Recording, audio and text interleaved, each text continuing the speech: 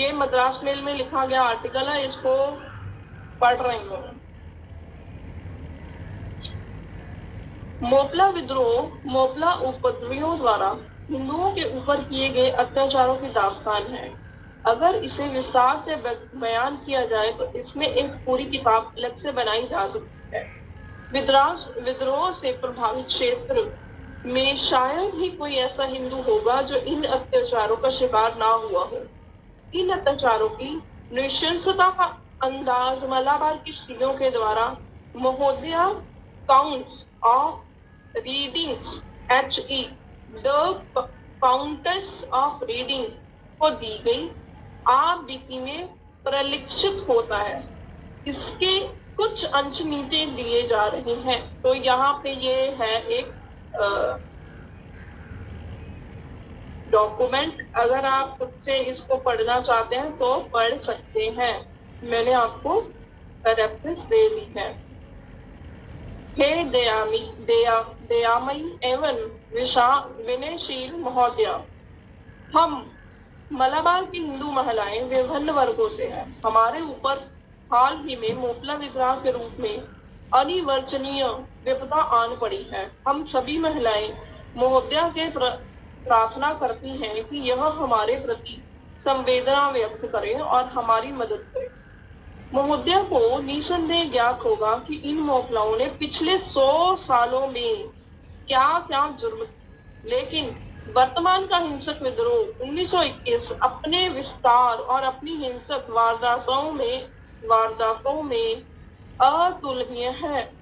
यह मुमकिन है कि महोदया को शायद यह ना पता हो कि इन नीच उपद्रवियों ने किस किस तरह का अत्याचार किया है। कितने ही कुएं और कितने ही तालाब हमारे उन सगे संबंधियों की लाशों और आधी जिंदा आधी मुर्दा देह से और कटी पटी लाशों से भरे पड़े हैं।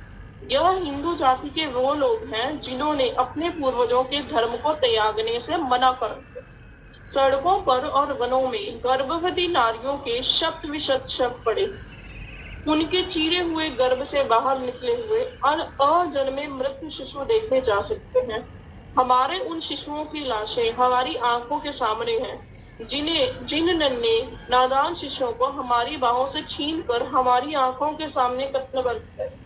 हमारे पिता को हमारे सामने ही यंत्रता देकर जिंदा जला दिया गया। हमारी बेबस बहनों को अपने सगे संबंधियों के सामने खींच कर ले जाया गया और उनके साथ वह सब शर्मनाक, घृणित और अमानवीय कार्य किया गया जो इन राक्षसों की कुत्सित कल्पनाओं में ही आ सकता था। हमारे घर और जागीर को राख के ढेर में बदल दिया गया। इस काम को करने के पीछे उनकी हैवानियत और विध्वंस करने की पैशाचिक मंशा थी। हमारे पूजा स्थलों को अपवित्र कर दिया गया।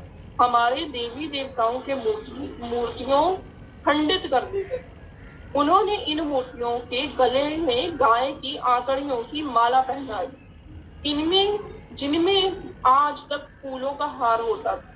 उन्होंने हमारी मेहनत से कमाई हुई धन जागीर को लूट लिया गया और वे लोग जो कल तक धनी थे, समृद्ध थे, वे आज विवश होकर कालीकट की गलियों में एक एक पैसे के लिए हाथ फैलाए हैं। वे थोड़े से नमक, पान, चावल के लिए राहित शिविरों के सामने खड़े हैं। यह सब कोई कहानी नहीं है। कुएं में सड़ते हुए मानव कंकाल है। हमारे घर खंडर हो गए हैं। वह पत्थर के टुकड़े आज भी वही पेड़ों पड़े हैं जहां हमारे देवालय हुआ करते थे। हमारे बेरहमी से कत्ल किए गए बच्चों की चीखें आज भी हमारे कानों में गूंज रही हैं। हमारी स्मृति पटल पर हमेशा अंकित रहेगा और हमें जीवन पर्यंत कष्ट देता रहेगा। हमें याद है कि किस तरह से हमें हमारे घरों से निकाल दिया गया और हमें वनों में भूखे और नग्न अवस्था में घूमना पड़ा। हमें याद है कि किस तरह हमने अपने बच्चों को गलों को बंद करना पड़ा, जिससे उनकी आवाजों को सुनकर हमारे छिपने के ठिकाने का पता ना लग सके। हम उस मानसिक स्थिति को, उस हताश को अभी भी नहीं भूले हैं जब हम में से हजारों को जबरदस्ती इन खून के प्यासे दरिंदों ने पाशविक दीन को स्वीकार करना पड़ा था। हमारी आंखों के सामने भी वह मंजर है जिसमें हमने हमारी उन बहनों की यंत्रणा को देखा जिन्हें जबरन इस्लाम कबूल कराया गया और उसके बाद जबरदस्ती उनकी शादी उन्हीं अपराधी गुंडों से कर दी। विवरण के लिए परिशिष्ट 9 को देखिए। यानी कि ये एक लेटर है जो फीमेल्स ने